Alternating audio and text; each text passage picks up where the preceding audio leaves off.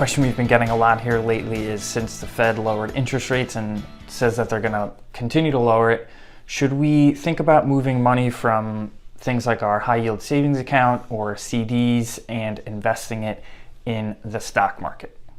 One of the big narratives in the financial media right now is the all-time high that we've seen in cash or money market funds.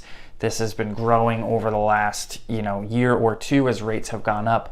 People have put more in these higher yielding areas because as inflation has come back to just about 3%, they've been getting 5% risk-free, and inflation is 3%, so they're making a real yield. Real yield is your yield minus inflation, real yield. So the real yield has been about 2% for taking no risk, which is pretty good. That's what people think is going to go away in the future now that rates are coming down, and it probably will lessen to a degree, but I don't think it's going to go away completely.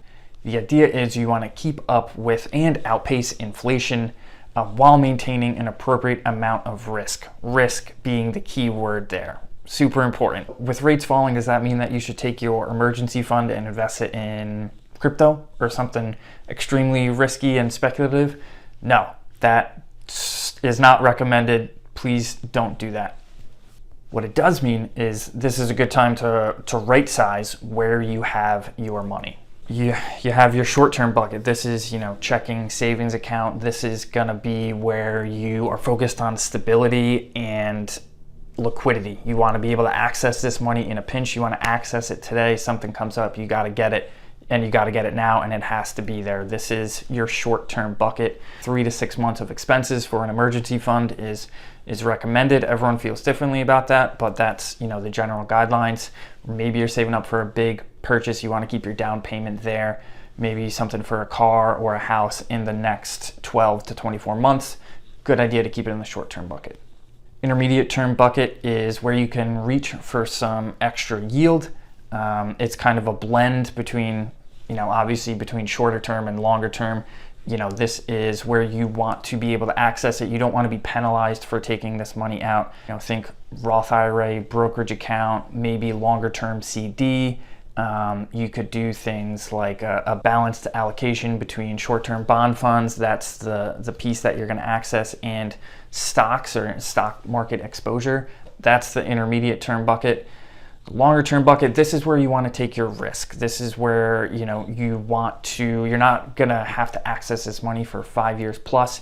You can invest and keep buying shares along the way, let the money compound, and this is where you're really gonna outpace inflation. You pair your longer term bucket with your shorter term bucket, and you should be able to outpace inflation over the long term. This is gonna be your retirement account, most likely 401k, 457, 403b, an IRA. This is where you want to take your risk. So, should you be moving money from your shorter term safety bucket into your longer term bucket and investing that in the stock market?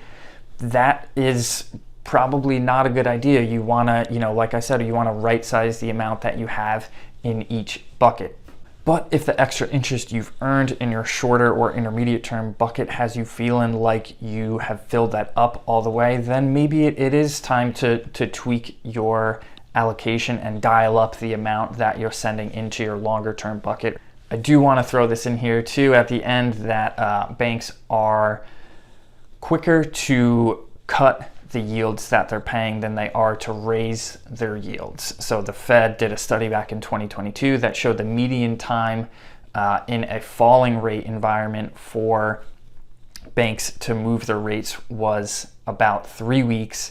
When rates are rising, that is about 6 weeks. So they're slower to raise your yields and faster to cut your yields.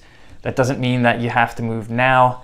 Like I said, if you have individual questions about how to right size your money approach, your bucket approach, get in touch with us here. We'd be happy to help. So that's going to do it. Thanks, as always, for watching.